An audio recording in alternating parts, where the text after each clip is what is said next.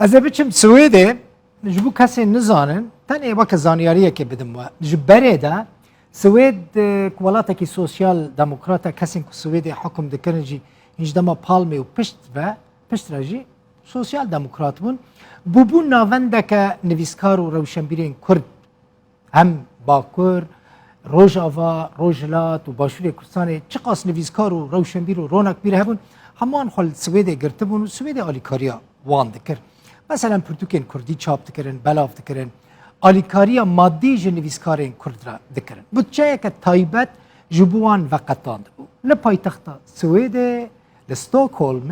شفبیر کن هلبستان ین هلبستوان کرد دینا ساز کردن جبرده اف کرد جبرده واقع عادته که هيا حتى نهاجي بردوام دكه يكيتيا نويسكارين كرد لسويد لآواهيا برتوخانيا كردي لستوكهولم چالاكيا كهلبستان جبو 4 هلبستوان جن ين كردستان ساسكر ديدا هلبستوان دلشا يوسف نزاهت دوغان إيمان بوتاني وبيان ناصح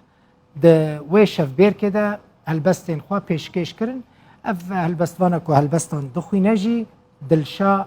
يوسف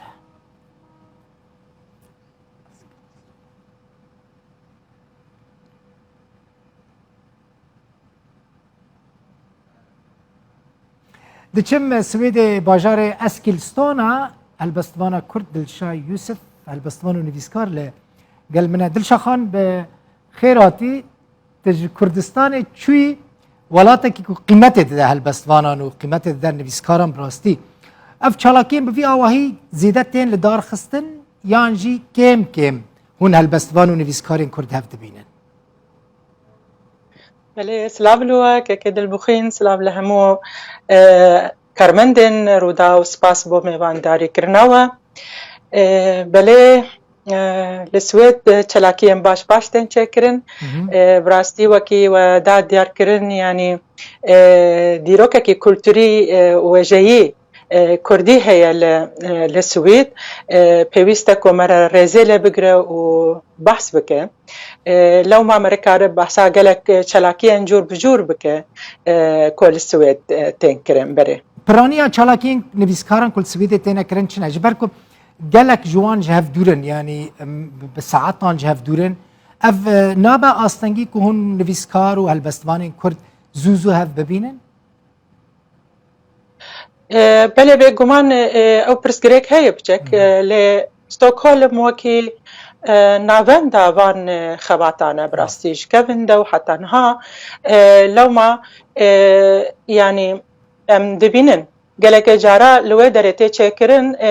راست او کسین کل دور نکرن خو بگینن ل اوینکو يعني الباجارن در دور با آسانی دکارن خو بگینن چونکی او قاسي زحمت نينا تشونو هاتن جبو ستوكهولم بتايبتي وكي بايتخت لو ما يعني از باراكم كو او برسكريكا هبه جبو قالك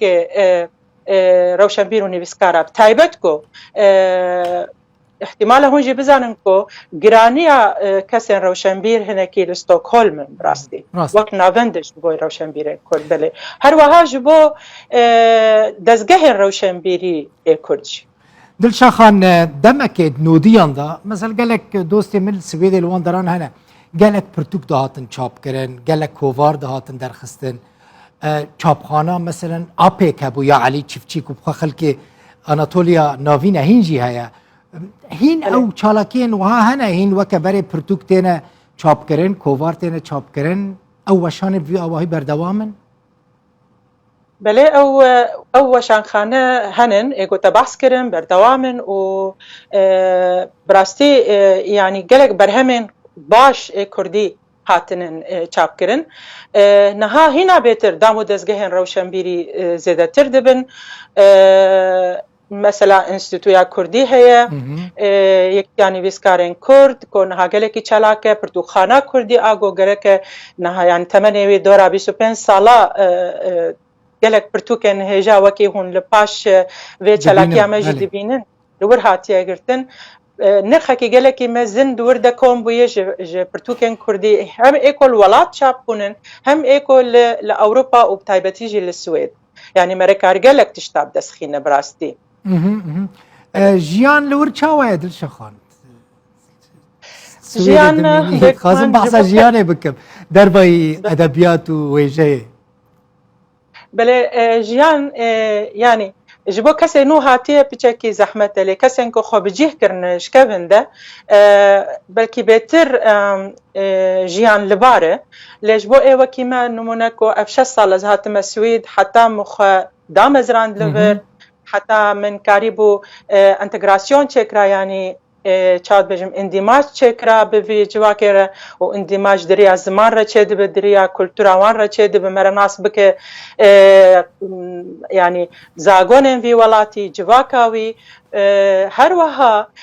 em entegrasyonekî din jî ji bo me pêwîst e ku em bi Kurdar re bikin yanî wan nas bikin û em bikarin pêwendiyê bi dam û dezgehên Kurdî re bikin ev demek xwest bi rastî ez karim bêjim ku heta ez fêr bim ziman min cê xwe girt min gelek zehmetî dît niha nû em dikarin êdî bi dam û dezgehên Kurd re bi rewşenbîrên Kurd re pêwendiya çêkin û ev cûre çalakiyê ku em dikin li vir ku hemerengin yanî mesela em çalakiyê min wekî taybet li ser sê